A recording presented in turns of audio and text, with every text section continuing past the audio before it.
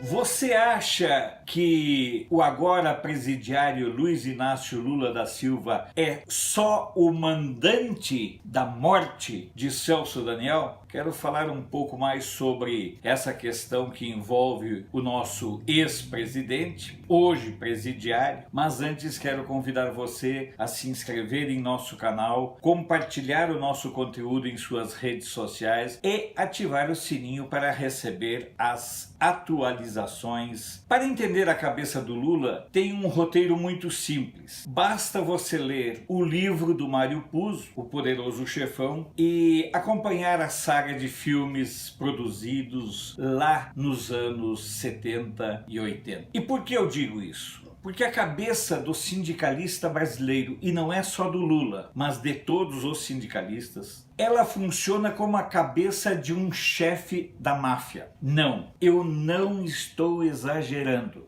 Para que você entenda que dentro de um sindicato, o presidente ou o coordenador de uma diretoria colegiada, ele exerce o controle de todos os atos e fatos que acontecem no sindicato. Não tem nenhuma possibilidade de acontecer nada, de ser comprado um alfinete enferrujado, sem que isso passe pela mão de quem é o dono do sindicato. Via de regra, vou repetir, os sindicalistas atuam como donos das entidades. Conheço sindicalistas que, se você conversa com ele 3 minutos, você diz assim: rapaz, esse sujeito precisa se alfabetizar. No entanto, ele está ali controlando aquela máquina sindical há 10, 20, 30, até mais de 40 anos. Você se pergunta, qual é o mistério? O mistério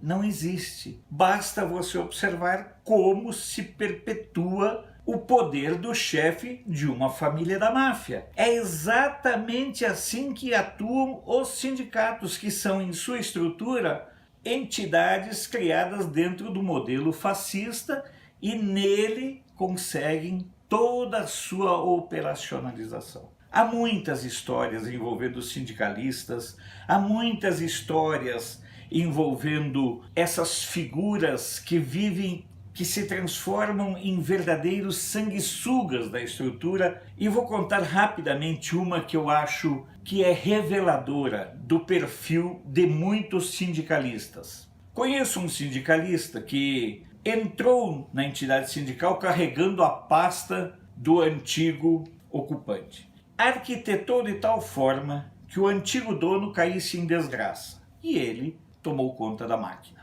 Até aí, nada sem problema nenhum, é o jogo sórdido no qual eles se movimentam. Mas aí aconteceu uma coisa muito engraçada. Essa figura se amaziou com uma funcionária já casada.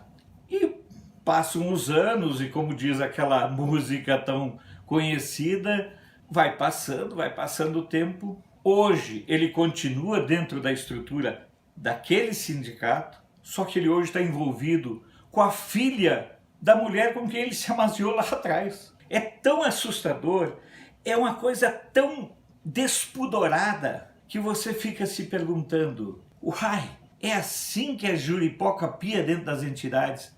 Não, é muito pior ainda. E por que eu abordo essa questão? Eu não tenho nenhuma dúvida, e sei de relatos de pessoas que compartilharam da intimidade do Palácio do Planalto, ao menos até 2008, que o Lula sabia de tudo. Era o Lula quem ordenava, era o Lula quem determinava quanto cada ministro deveria contribuir mensalmente para ele, contribuir em termos financeiros. É igualzinho como é a estrutura sindical. O que o Lula e o Zé Dirceu e os sindicalistas do PT fizeram foi transpor para uma estrutura macro aquilo que eles já praticavam e que eles dominavam com extrema maestria. Basta observar que a turma veio toda ela de uma atividade sindical de muitos e muitos anos. Portanto, se você perguntar para mim se o Lula sabia do que estava acontecendo dentro do governo, não só sabia, como tinha pleno domínio, conhecimento e determinava as ações. E mais, o que a gente precisa ter bem claro e não pode perder o foco é que o Lula é um criminoso.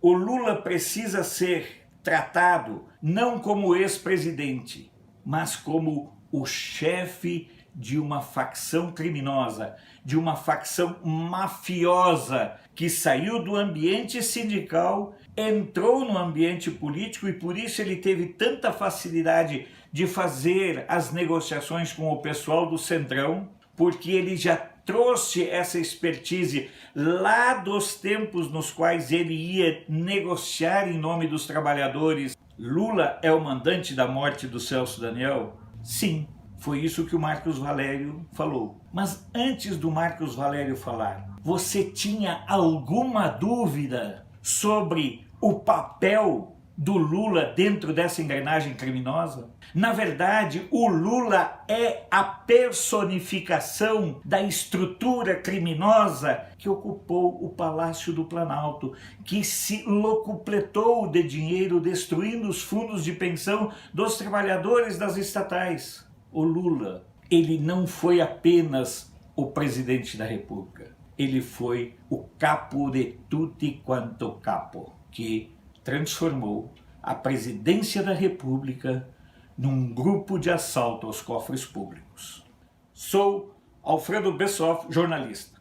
Você pode não concordar com o que eu digo, mas eu tenho o compromisso de não silenciar.